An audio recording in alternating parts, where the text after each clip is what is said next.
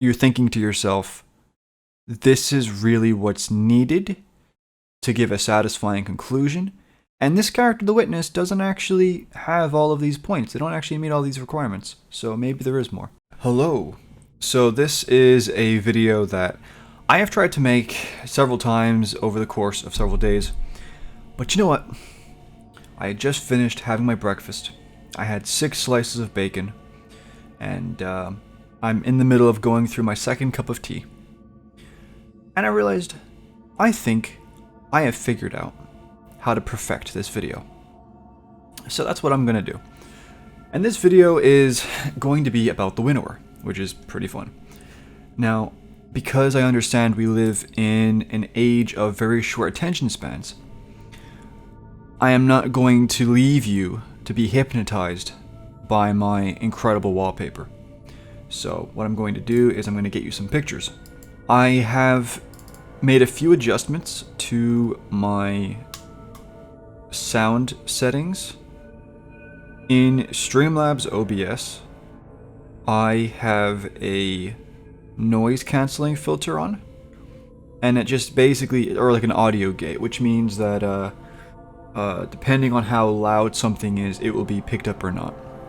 And I think basically my setting was way too strict, and so that's why when I finished a sentence in the previous video, the Nezric video, near the end of the sentence, as it got quieter, because of the settings, it would fall beneath the loudness requirement, and then it would just cut me off.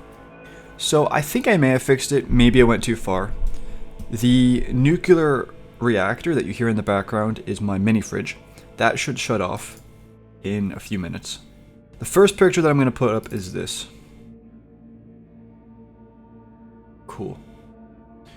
And the second picture that I am going to put up is the fire extinguisher.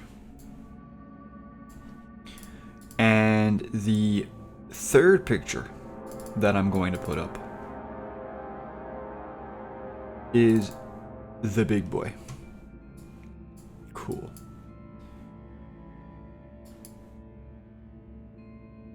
Nice. I think that does it. As the title of the video is going to suggest, this video is not trying to prove the existence of the Winnower. I'm not going to try and go through all the evidence, although some evidence probably will come up. Instead, what I want to do is I want to instead argue why the concept of a character like the Winnower is needed and necessary for an entertaining conflict and a satisfying conclusion to this story in Destiny 2. And it's going to be broken down into 3 major points, and that's pretty much going to be it. I'm sure there's other things I could add on to it, but I'm pretty confident that this will do it. So to begin, excuse me, cheeky burp. To begin, the question has to be asked, why am I making this video? Why am I arguing that the existence of the Winnower should be a thing? Or not even the Winnower, and by the way, I know some people don't think that this is the Winnower. This picture just is a representation of that character. We'll just put it at that. Okay, cool. And as for this, that's the gardener, and I'll be talking about her in a bit. I feel like we've seen veiled women like this around in the game, but I mean, apparently nobody knows what it is, so I'm being cheeky now.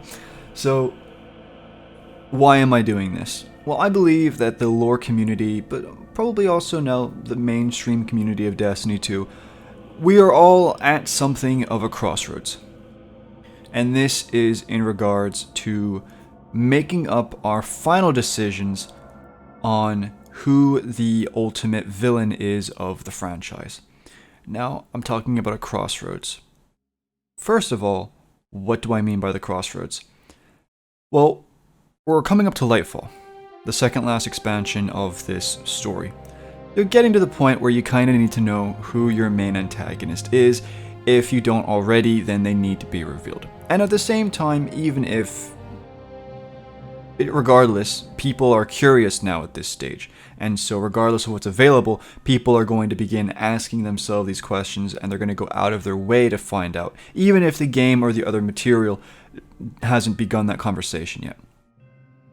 And so people are now asking themselves, and they're trying to figure out, okay, so going into the end, who is this major conflict going to be between?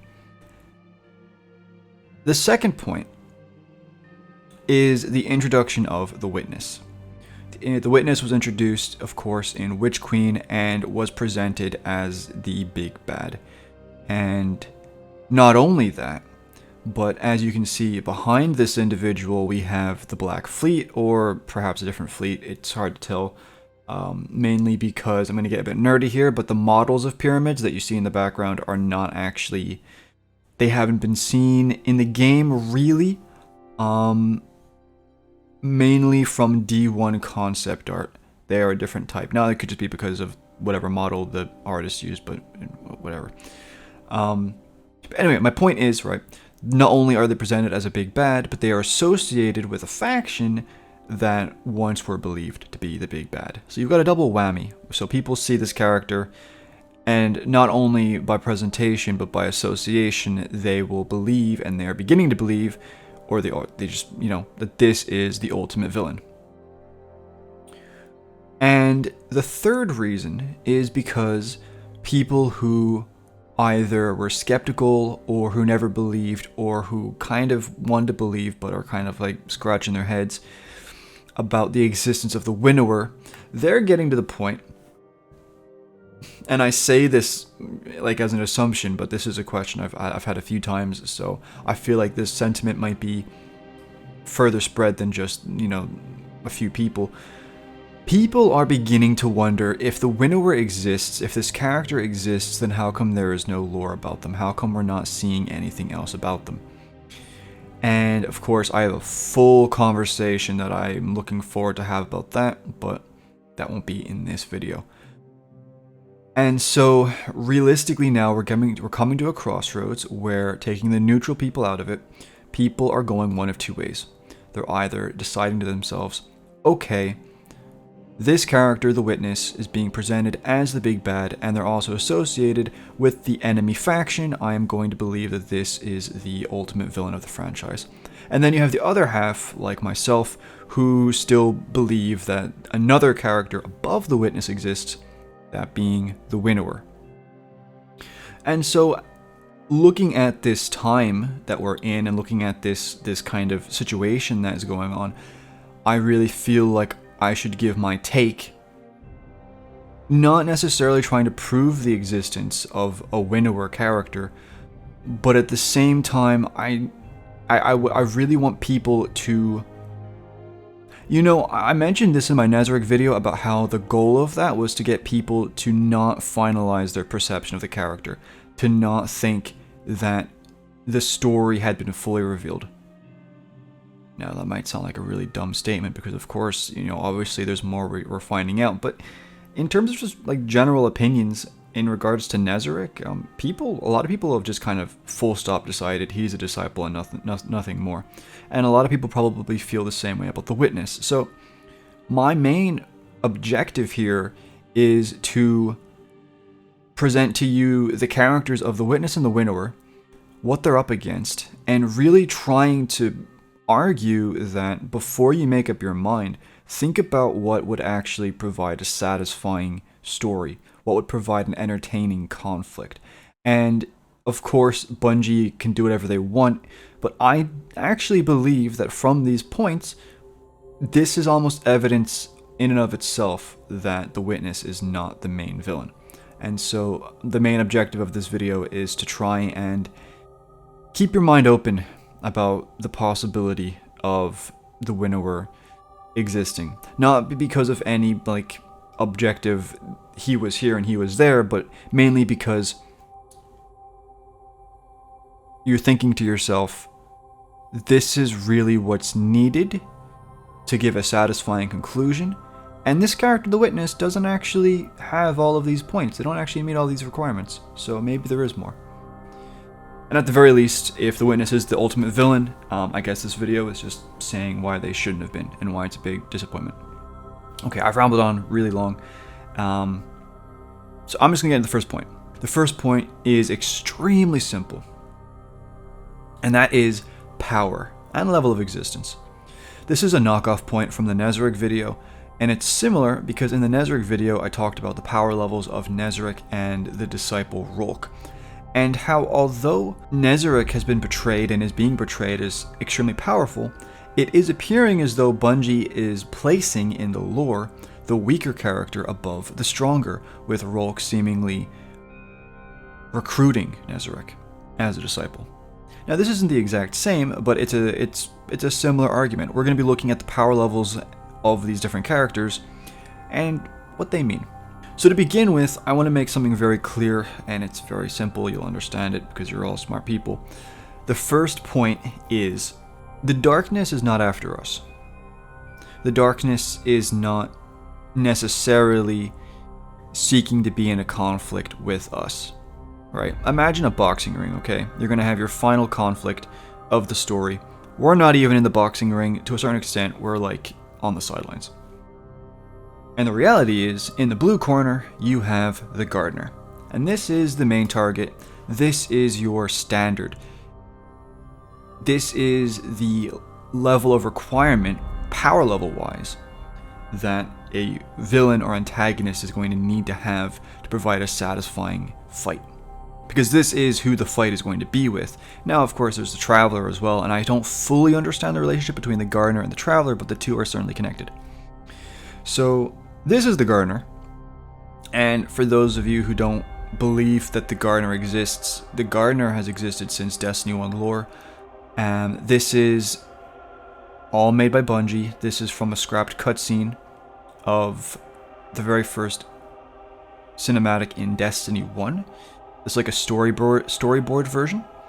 The picture on the right there is just general concept art, and you know, just because I'm feeling extra cheeky today, what I'm going to do... I'm not going to do that. I'm not going to do that.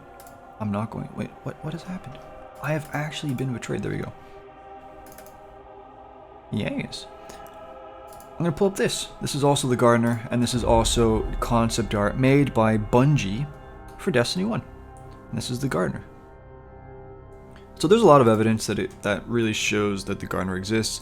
Not only that, but there's even more evidence showing that the Gardener is a woman or female. Obviously here, I mean, I know we don't make assumptions in this day and age, but observing respectfully, I would like to take an uneducated guess here and say that this is a woman. At the same time, Rasputin refers to the Gardener as a she. The Queen, Marisov, says, "Starlight was my mother and my father was the dark." Again, another reference to the light, or the being representing the light being a woman. And you have the appearance and the introduction of a very mysterious character who fits pretty much all the descriptions of the Gardener appear before Saint 14 in the Deepstone Crypt lore. Now, I'm just saying all of this to give a foundation because I'm going to treat this character like they just do exist and like it's a fact and not a theory. I know some people might take offense to that, but this is my second channel and I don't really care, and I just think this is kind of like, it do be a GG. And this is the main target of the Darkness, and this is who the Darkness is going to be fighting. So let's talk about the Gardener's power level, because this is what really matters. Take the motivations and the wishy-washy stuff out of it. The Gardener co-created the universe. The Gardener is not from any of the universes, including the universe of Destiny 2, because like I said, she co-created all of them. She is most likely the source of the light. At the very least, she controls all of the light. And the light not only is a power source for us to use, but I would argue it pretty much makes up half of the universe. Since the powers of the Winnower and the Gardener made up all the universes, I think to like even beyond an atomic level, the light and darkness makes up everything. So she is very much connected and very much has authority over much of the fabric of reality. She is very powerful, extremely powerful. Now, you can maybe make arguments about how much of her power she's willing to use in an offensive matter. I'm not even gonna go there because that's wishy-washy. waffle nonsense. Just on paper, the stats, I would say she's the second most powerful being in existence. Cool. Nice. So now we have the red corner. Let's look at the witness. Because at the moment, people think the witness is going to be the main antagonist. Well, unfortunately, for my fire extinguisher enthusiasts out there, we're already off to an uneven playing field. Because the witness and the gardener don't even exist necessarily on the same level of existence. They didn't begin on the same level of existence. The gardener, like I said, began outside of any universes and then made them all and then came into this one. The witness, regardless of what you have in your headcanon, the witness is from this universe or a universe. I'm going to say this universe. And there's multiple pieces of evidence to back that up. Now, I always preach the whole Savathun thing. And people like to say that she's a liar and don't believe it. And I always say she never has lied about the same thing twice. But it's okay, I got more than that. But anyway, the Savathun thing. She has said that the witness was once mortal. Also talks about how the witness was forever changed. Again, implying that the witness was ascended to the position he's in now. Cool. I mean, it just makes sense, but anyway. On top of that, you have the witness being called the Child of Darkness, which is very important because it implies two things. Well, three things, actually. The first is we are called the Children of Light, and so that makes the witness, to a certain extent, our dark counterpart. The second is that Child of Darkness implies a parental figure or a figure with greater authority above them, which would be the Winnower in this case, right? And third, again, it just implies that the witness is not the master of the darkness. And this is further proved by another line from Savathun, which is that the witness is not the darkness, but gives it a wicked shape, wearing it as a cloak. There you go. And yeah, what this effectively means is that if the witness is from this universe, they were created as a result partly of the gardener. Not only that, but at the same time, if we're going off of Savathun's words, most likely the witness was and his race were given a golden age by the gardener. So not even that, but part of his power is probably due to the gardener as well. So really, just right off the bat, the power dynamic and the relationship dynamic is very skewed, where the gardener is very clearly like the god character, and the witness is the underdog mortal character. And I'm going to get into the underdog argument in a minute, but really what this does is it kind of removes the level of intimidation there from the villain side. And it creates more of an expectation for the gardener to win. Okay, now let's get on to the power levels. We've never seen the witness fight. Cool. But we have seen the experience and the track record of the fleet behind them that they are associated with. The Black Fleet, the Pyramid Ships. And the Pyramid Ships have fought the Traveler, and by extension the Gardener. And I'm going to tell you right now, their track record is pretty stinky. And this all is going to be contained to the collapse and season of arrivals. During the collapse, I believe that the Pyramids and the Winnower entered our system at two different times. The Pyramids attacked the Traveler on Io. We know that for a fact. If you take the vision from the Traveler as a literal thing and not just a metaphor, it is also implied then that a good deal of pyramids were damaged or destroyed in that fight. Regardless, they didn't win, and regardless, we know that the Traveler made it back to Earth in one piece, also from concept art, which shows that. And we know the Traveler made it back to Earth because in the Marasena lore book, which is when the Awoken become woke, we know that the Traveler is on Earth and that there's heavy weapons firing. So, it's the pyramids, yeah. So they obviously weren't strong enough to beat it on Io. And I would argue that that was probably their best shot. taking it by surprise, getting the jump on it. They're at full strength, ready to go. No. Second of all, we have the most possibly, dude, my English is going out the window. We have most likely the intervention of the Winnower coming in and stopping them from finishing off the Traveler. Because as we know from Unveiling, the deal was made and the game was set up around the Guardians when the Guardians were created at the end of the collapse. Now the Winnower was interested in this because he wanted to use it for his own means, which I will explain. I do not believe the Pyramids had any interest or any part in this whatsoever.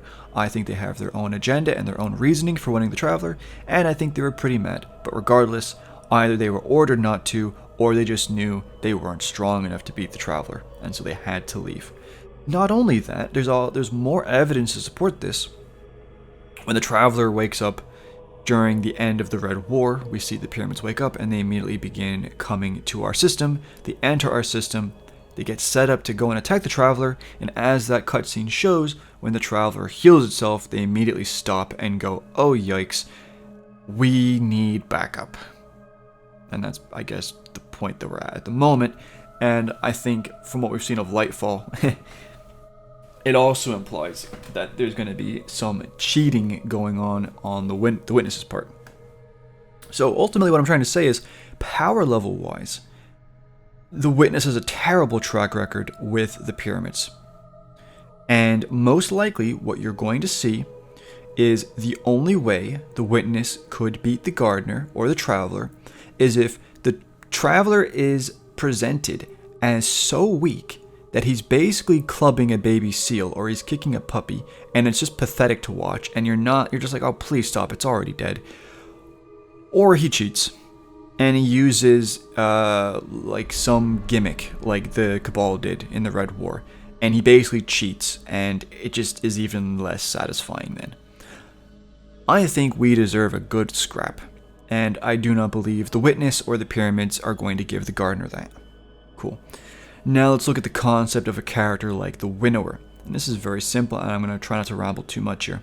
The Winnower is not just presented as, or the concept of the Winnower, is not just presented as the enemy of the Gardener. He's presented as its counterpart. They began in the same level of existence. He is the co-creator of all the universes. He is the father of the Destiny universe, effectively. He has, for all intents and purposes, never lost a fight. We have never seen him lose a fight. There's only one implication, and that's the fact that the Gardener seems to be able to have a physical form and he doesn't. But then that's a stretch, and you're going through hoops and you're making up imaginary battles that he lost that we haven't seen. Track record wise, he's never lost. He absolutely smashed the Gardener during the collapse. I would argue he probably would have won the fight in the original Black Garden if they didn't make the universes. You want to know my honest reason why? Just because he had a knife and she didn't, and also just, yeah. What was it? I think he says it in the Gardener. He says it in Unveiling, or somewhere else. He says that the Gardener will always, stop fighting and ask for peace. Yeah, I'm sorry. The Winnower would have won that fight, 100%. So on level of existence and power level wise, it's not even close. And if you want my absolute... Well, no, second reason. No, we have a few more. Second reason, the Gardener is clearly defeated in the collapse, and she has to beg for her life, effectively, by making the Guardians, and appealing to the Winnower's ego. Shows that she is in a place of weakness and that he is in a place of strength. There you go. Bada bing, bada boom. And finally, if you want just very hardcore concrete evidence, in Mara Senna, when the Winnower enters the system, all the stars go black, the gravity waves go crazy. Remember, Pyramids attack the Traveler on Io, and at this moment, the Traveler is on Earth.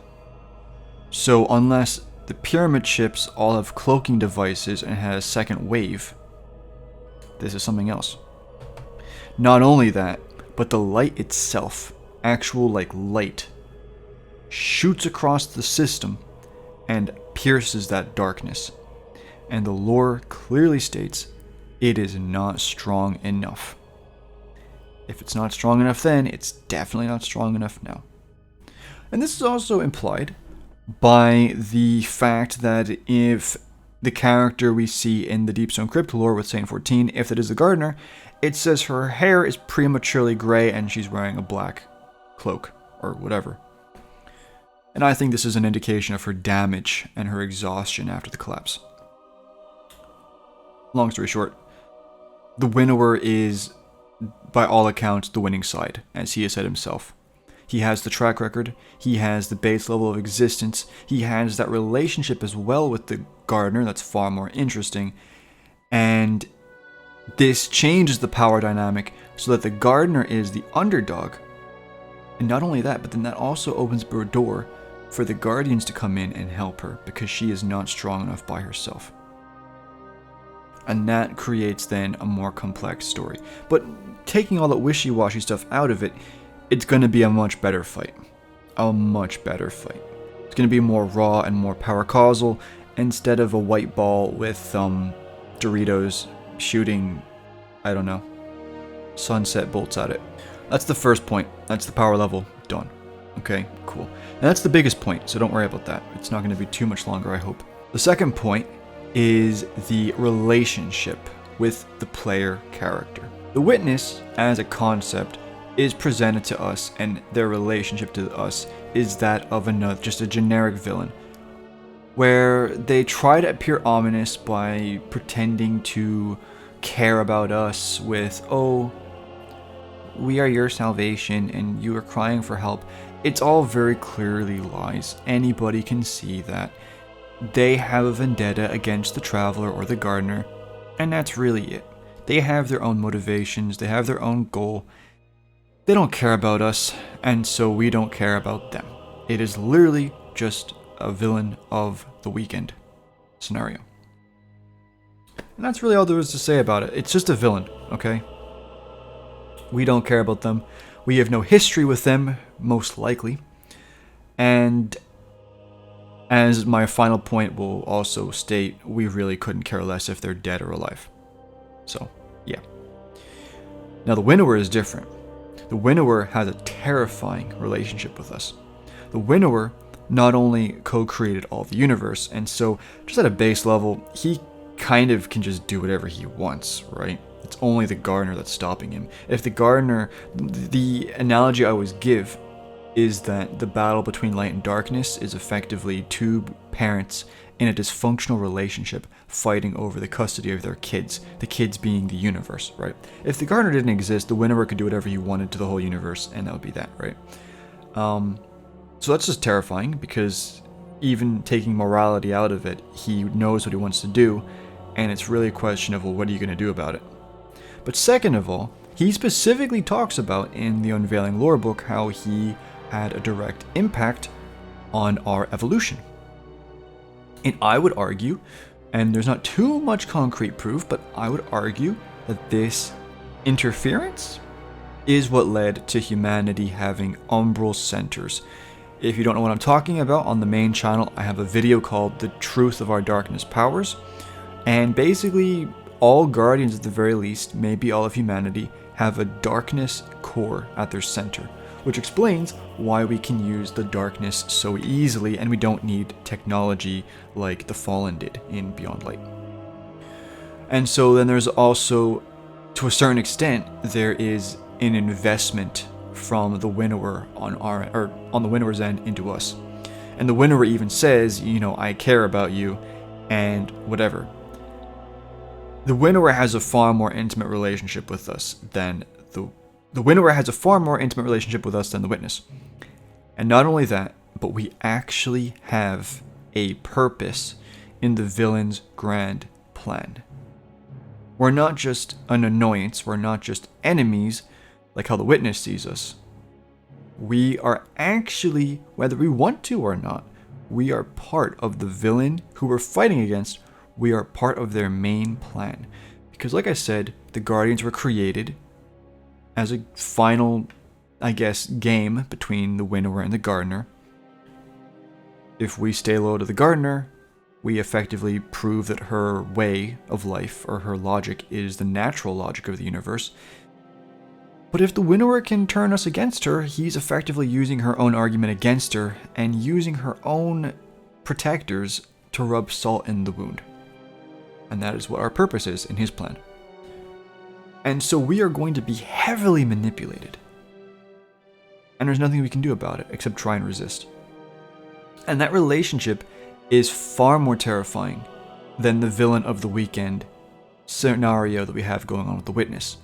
So that's the second point. I would argue that the reason, or one of the reasons, why the concept of a character like the Winnower needs to exist is because not only is their power level at a satisfactory height, but at the same time their relationship with the player character is far more intimate, and it's far more intimidating and far more interesting than that of the Witness. And what's funny is people are going to say, yeah, but we haven't seen the Witness's backstory and we need to see more. We have technically more Witness lore than Winnower lore. And yet, from what little we have of the Winnower, it's already more interesting. So, okay, third point, final point, very brief. Is it even worth killing the Winnower? Is it even worth it?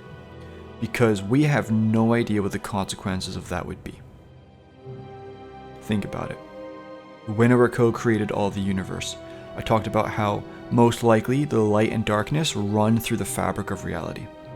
And most likely, those two characters are the sources of those powers. If you don't banish, if you actually kill, delete the Winnower, what happens to the universe, and what happens to us?